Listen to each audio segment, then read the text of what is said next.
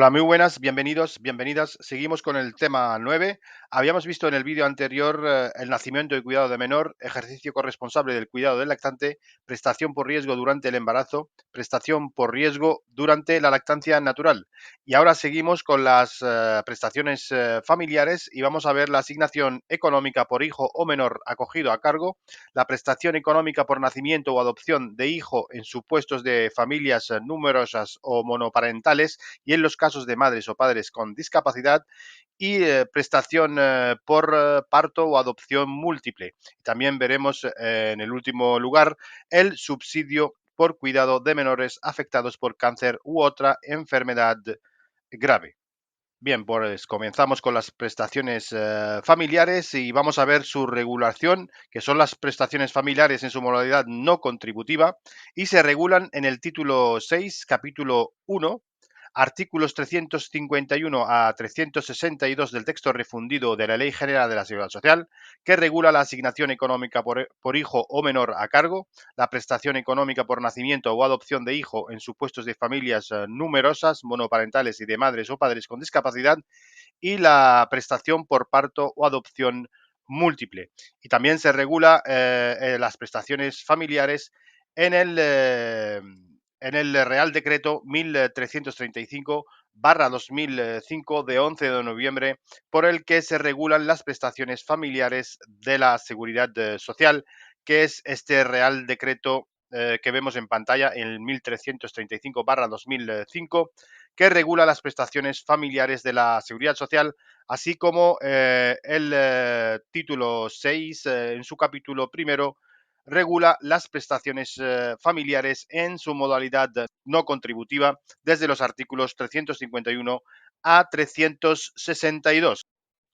Y vamos a ver el causante,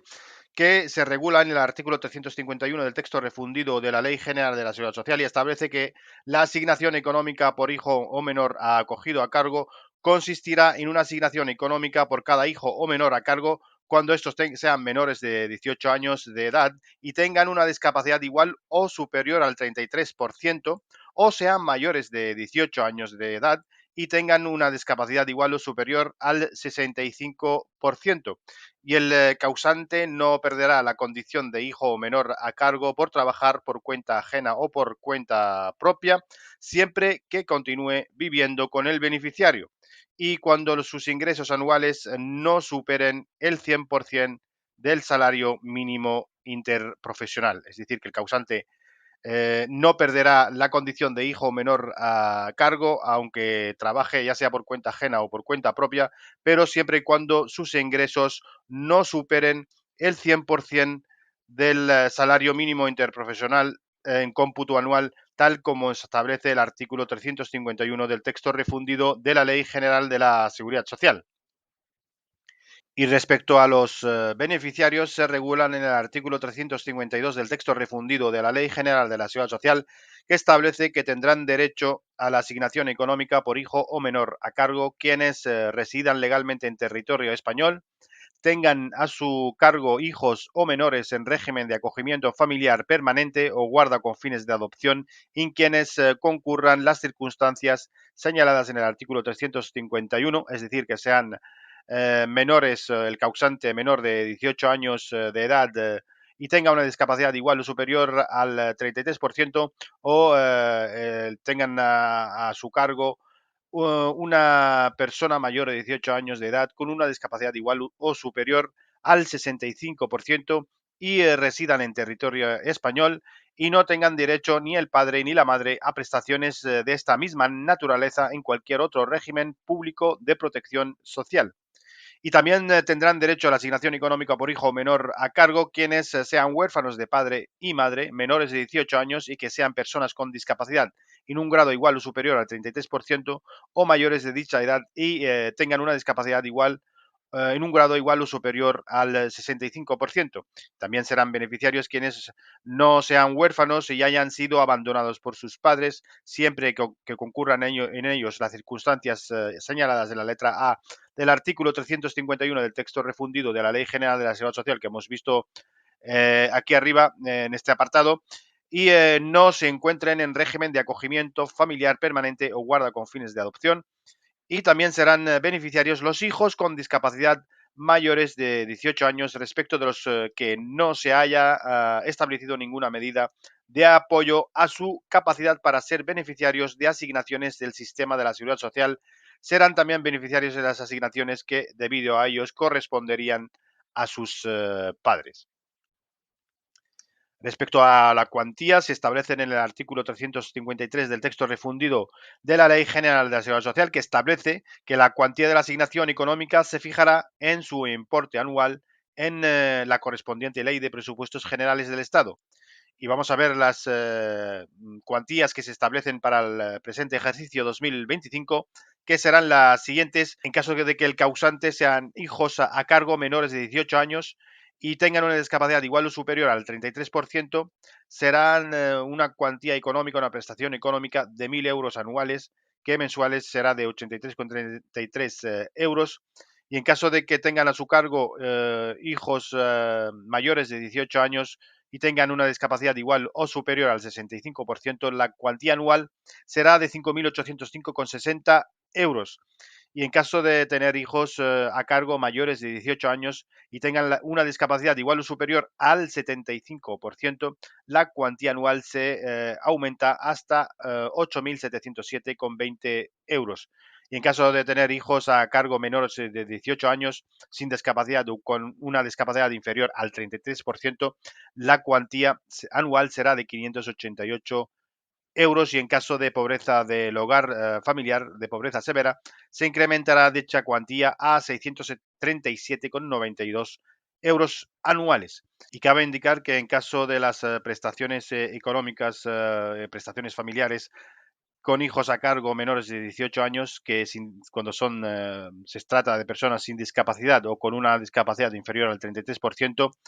esta prestación es una prestación que viene a ser sustituida por el ingreso mínimo vital con la entrada en vigor en fecha 1 del 6 del 2020. Por lo tanto, a partir de esta fecha, todos aquellos que soliciten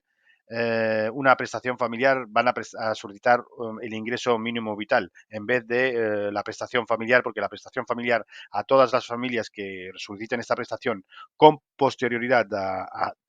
esta fecha, a 1 del 6 del 2020,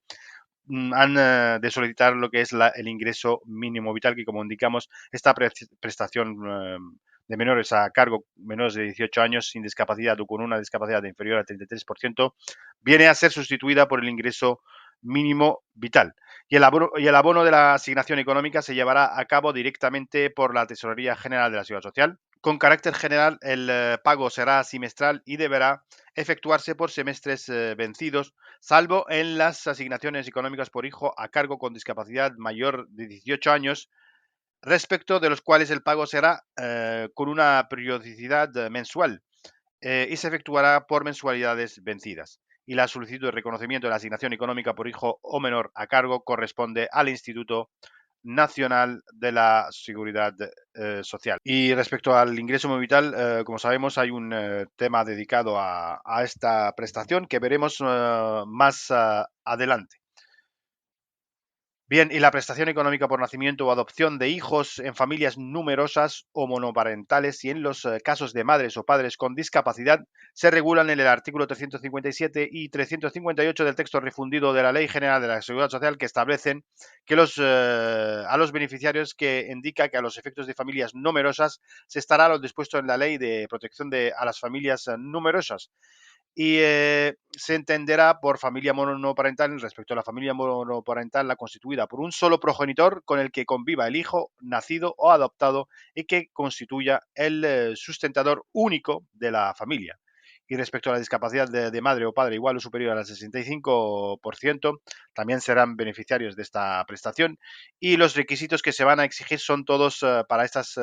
tres prestaciones iguales, que será el residir en territorio español y no tengan derecho ni el padre ni la madre a prestaciones de esta misma naturaleza en cualquiera o en cualquier otro régimen público de protección social, y el padre o la madre o la persona que reglamentariamente se establezca no perciban ingresos al año superiores al límite establecido anualmente en la correspondiente Ley de Presupuestos Generales del Estado. Es decir, que esta prestación está,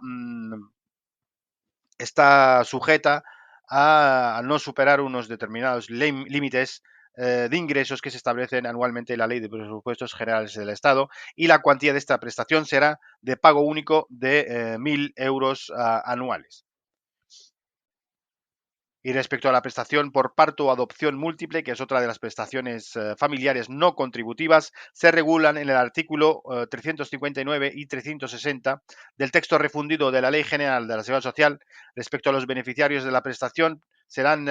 beneficiarios las personas que por parto o adopción múltiple producidos en España, cuando tengan un parto o adopción múltiple, o es que se produzcan en España, las personas, padre o madre, o en su defecto quienes reglamentariamente se establezca, que reúnan los siguientes requisitos: que residan legalmente en territorio español. Vemos que la residencia está establecida para todas las prestaciones familiares, que es imprescindible la residencia en territorio nacional, en territorio español, y que no tengan derecho ni el padre ni la madre a prestaciones de esta misma naturaleza en cualquier otro régimen público de protección social. Y respecto a la cuantía, se va a abonar en concepto de los hijos que se va a tener, y va a tener una cuantía u otra. En caso de que el número de hijos nacidos o adoptados sean dos, el número sea la prestación, la cuantía va a ser 4 veces el salario mínimo interprofesional. Y si son tres, pues van a percibir una cuantía igual a 8 veces el salario mínimo interprofesional. Y cuando son cuatro o más hijos, la cuantía va a ser equivalente a 12 veces el salario mínimo interprofesional.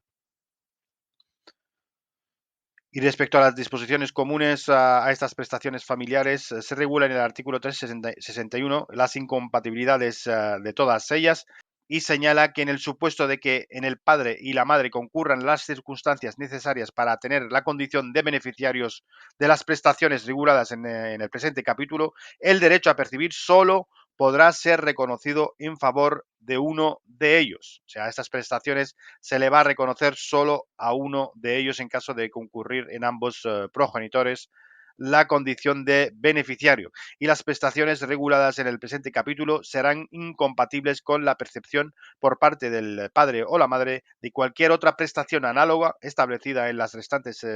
o en los restantes regímenes públicos de protección social, y en los supuestos en que uno de los padres esté incluido en razón de la actividad desempeñada o por su condición de pensionista en un régimen público de seguridad social. La prestación correspondiente será reconocida por dicho régimen, y la percepción de las asignaciones económicas por hijo a cargo será incompatible con la condición por parte del hijo de que sea pensionista de invalidez o jubilación en la modalidad no contributiva, que serán incompatibles cuando el hijo sea beneficiario de pensionista o tenga reconocida la condición de pensionista de invalidez o jubilación en su modalidad no contributiva. Y vamos a ver ahora las prestaciones familiares en su modalidad contributiva, y se regulan en el artículo 237 del texto refundido de la Ley General de la Seguridad Social, que establece que los periodos de hasta 3 años de excedencia que los trabajadores, de acuerdo con el artículo 46, apartado 3 del Estatuto de los Trabajadores, disfruten en razón del cuidado de cada hijo o menor en régimen de acogimiento permanente o de guarda con fines de adopción, tendrán la consideración de periodos de cotización efectiva a efectos de las correspondientes prestaciones de la Seguridad Social por jubilación, incapacidad permanente, muerte y supervivencia, y nacimiento y cuidado del menor. Los periodos de excedencia hasta 3 años para el cuidado de hijos o menor tendrá la consideración de periodo cotizado efectivo a efectos de las prestaciones que hemos indicado: jubilación, incapacidad permanente, muerte, supervivencia, nacimiento y cuidado del menor. Y de igual modo se considerarán efectivamente cotizados a los efectos de las prestaciones indicadas en el apartado anterior los 3 primeros años del periodo de excedencia que los trabajadores disfruten, de acuerdo con el artículo 46, apartado 3 del Estatuto de los Trabajadores, en razón del cuidado de otros familiares hasta el segundo grado de consanguinidad o afinidad, que por razones de edad, accidente, enfermedad o discapacidad no puedan valerse por sí mismos y no desempeñen una actividad retributiva o retribuida. En estos casos también los familiares hasta el segundo grado de consanguinidad o afinidad que por sus razones de edad, accidente, enfermedad o de discapacidad y no desempeñan una actividad retributiva o retribuida, este periodo de excedencia hasta 3 años tendrá la consideración de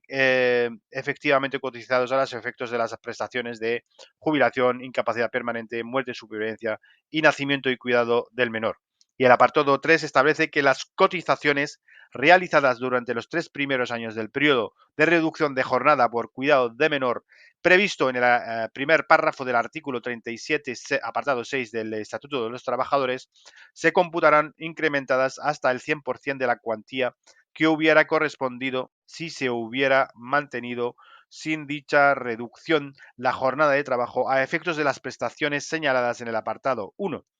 Y dicho incremento se referirá igualmente a los 3 primeros años en los demás supuestos de reducción de jornada contemplados en el primer y segundo párrafo del mencionado artículo, y las cotizaciones realizadas durante los periodos en que se reduce la jornada en el último párrafo del apartado 4, así como en el tercer párrafo del apartado 6 del artículo 37 del Estatuto de los Trabajadores, se computarán incrementadas hasta el 100% de la cuantía que hubiera correspondido si se hubiera mantenido sin dicha reducción la jornada de trabajo a efectos de las prestaciones por jubilación, incapacidad permanente, muerte y supervivencia, nacimiento y cuidado del menor, así como riesgo durante el embarazo y riesgo durante la lactancia natural y incapacidad temporal.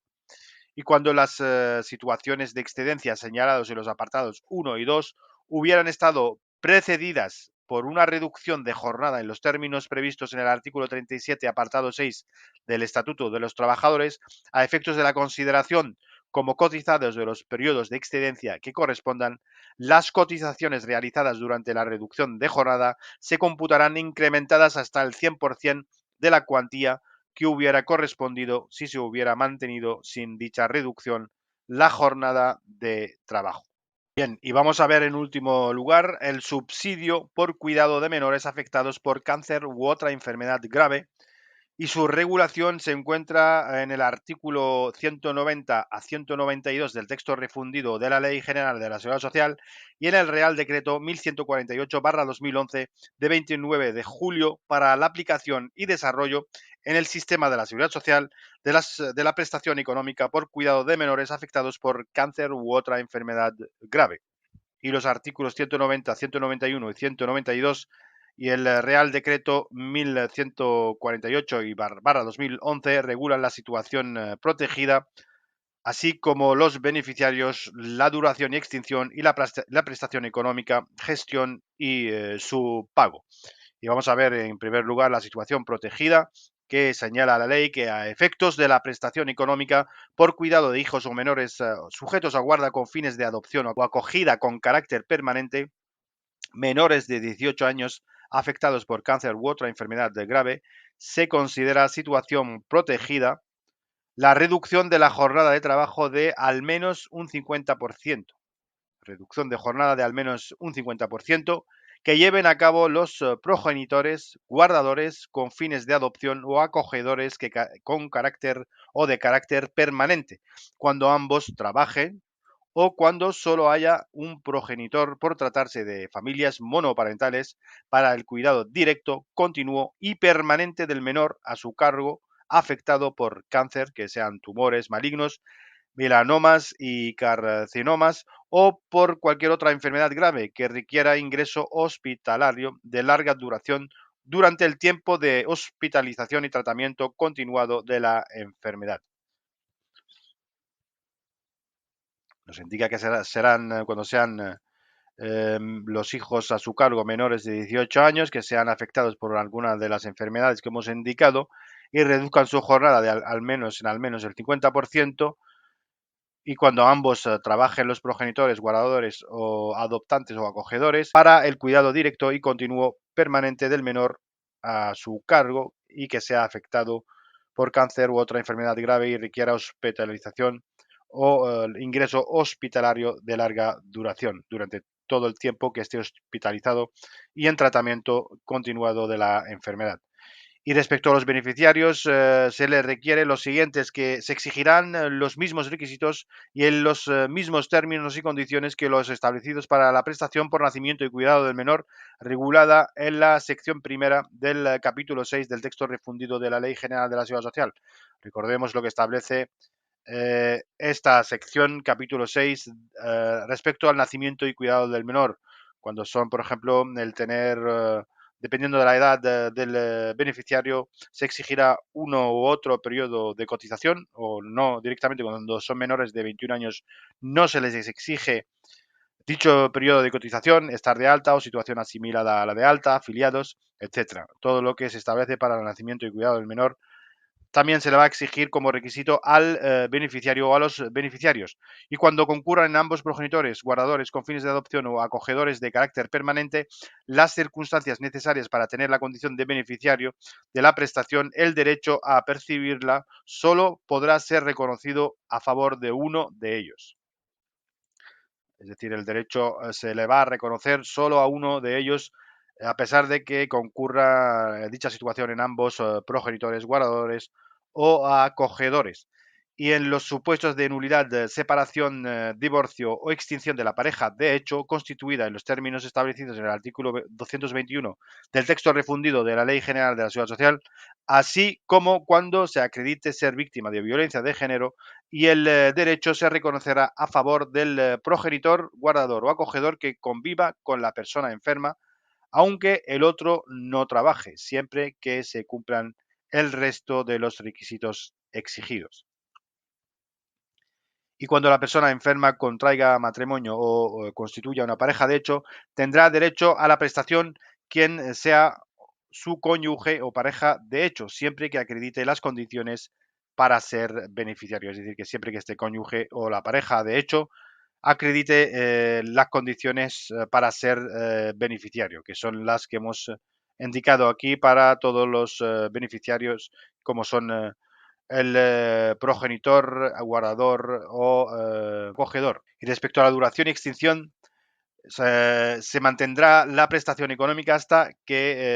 los 23 años, cuando alcanzada la mayoría de edad. Recordemos que la normativa establece que cuando sean menores de 18 años, pero que puede mantenerse hasta los 23 años cuando se cumplan los siguientes requisitos, que cuando alcanzada la mayoría de edad persistiera el padecimiento del cáncer o la enfermedad grave diagnosticada anteriormente y subsistiera la necesidad de hospitalización, tratamiento y cuidado durante el mismo en los términos y con la acreditación que se exigen en los apartados anteriores. Y no obstante, cumplidos los 18 años, se podrá reconocer la prestación hasta que el causante cumpla 23 años en los supuestos de padecimiento de cáncer o enfermedad grave diagnosticada antes de alcanzar la mayoría de edad, siempre que en el momento de la solicitud se acreditaran los requisitos establecidos en los apartados anteriores, salvo el de edad. Asimismo, se mantendrá la prestación económica hasta que el causante cumpla 26 años, si antes de alcanzar los 23 acreditara además un grado de discapacidad igual o superior al 65%. Aquí vuelve a aumentar dicha edad hasta los 26 años cuando el causante, antes de alcanzar los 23 años, acreditará además un grado de discapacidad igual o superior al 65%. Entonces se podrá mantener la prestación por subsidio del cuidado de menores afectados por cáncer u otra enfermedad hasta los 26 años. Y la prestación económica respecto a su gestión y pago, la prestación económica consistirá en un subsidio equivalente al 100% de la base reguladora establecida para la prestación de incapacidad temporal derivada de contingencias profesionales y en proporción a la reducción que experimente la jornada de trabajo. Y la prestación se extingue cuando, previo informe del Servicio Público de Salud u órgano administrativo sanitario de la comunidad autónoma correspondiente, cese la necesidad del cuidado directo, continuo y permanente o cuando cumpla los 23 años. Asimismo, la prestación se extinguirá si la persona enferma dejara de acreditar el grado de discapacidad requerido o, en todo caso, cuando cumpla los 26 años. En todos estos casos, se extinguirá la prestación, o mejor dicho, el subsidio por cuidado de menores afectados por cáncer o otra enfermedad grave. y la gestión y pago de la prestación económica corresponderá a la mutua colaboradora al ser esta prestación reconocida como una IT y derivada de contingencias profesionales, o también a la entidad gestora con la que la empresa tenga concertada la cobertura de los riesgos profesionales. Dependiendo con quien tenga concertada la cobertura de los riesgos, de estos riesgos profesionales, será al que le corresponde el pago de la prestación del cuidado de menores afectados por cáncer u otra enfermedad grave. Bien, con esto ya acabamos nuestro tema 9, acabamos nuestro vídeo de hoy. Gracias por vuestra atención y nos vemos en el siguiente vídeo.